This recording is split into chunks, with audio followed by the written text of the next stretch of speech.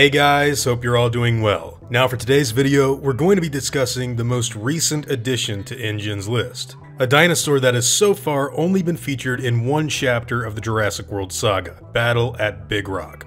This herbivore was actually not talked about too much until the release of the short film, and its relatively unknown existence in the general public before Big Rock came out has given the short film the notoriety of being some people's first exposure to the animal. This is one of the many horned dinosaurs from the Cretaceous period. The animal paleontologists have named the large-nosed horned face.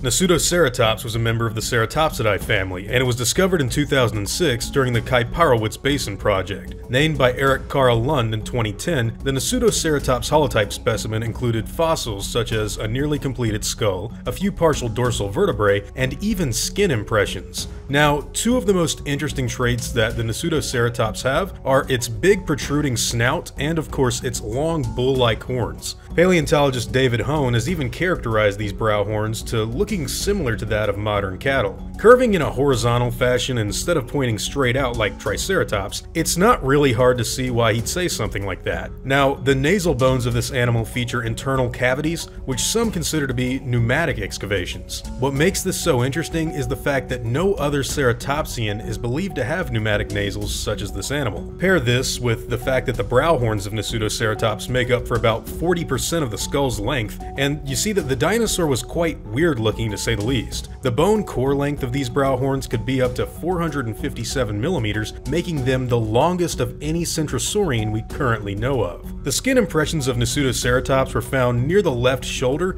and revealed a pattern of large hexagonal and triangular scales. The osteoderms found on the edge of the animal's frill are interestingly shaped like low crescents instead of spikes. Currently classified as a basal centrosaurian, Nasutoceratops is believed to have grown to nearly 15 feet in length and weighed in close to 1.7 short tons. Living in the late Cretaceous, it would have shared its environment with predators like Albertosaurus and Teratophonius. Other ceratopsians, such as the Utah and Cosmoceratops, may have lived close by, along with herbivores like the Parasaurolophus. Unfortunately, 75 million years ago, the dinosaur would fall into extinction. Luckily, InGen's scientists were able to find some of its DNA, and after extracting what they could, they successfully created their very own genetically engineered Nasutoceratops.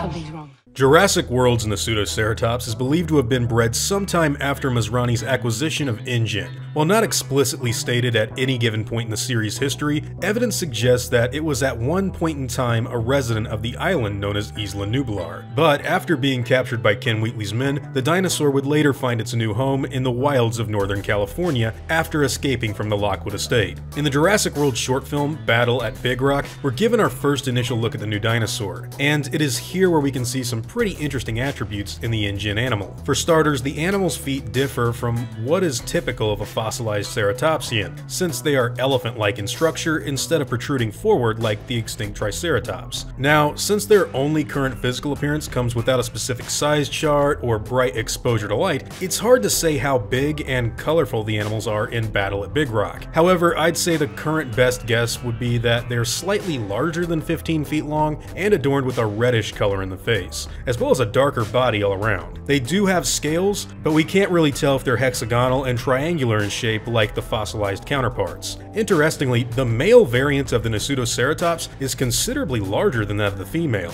and it also sports much longer and thicker horns as well. This could suggest a functionality that would be useful in duels during courtship that may take place during their mating seasons. Now, the last that we see of the Nasutoceratops is during this battle, and they've managed to migrate a good 20 miles away from their initial site, currently trying to fit into the modern world. And that's it. That is so far everything we know and have seen about the Nasutoceratops in the film canon. Now, I'm curious to hear what your thoughts are on the animal. What do all of you think about the Nasutoceratops in Battle at Big Rock? Are you a fan of its design, and what do you think about the real-life animal? Also, would you like to see more of the creature in Jurassic World 3? Personally, I think it's pretty cool, and in fact, I kind of like it more than the Sinoceratops, but nothing's ever going to beat Triceratops to me, and I know it's kind of unfair, but that's just how it is. Now, whatever your own thoughts and opinions happen to be, I'd love to hear them in the comments down below.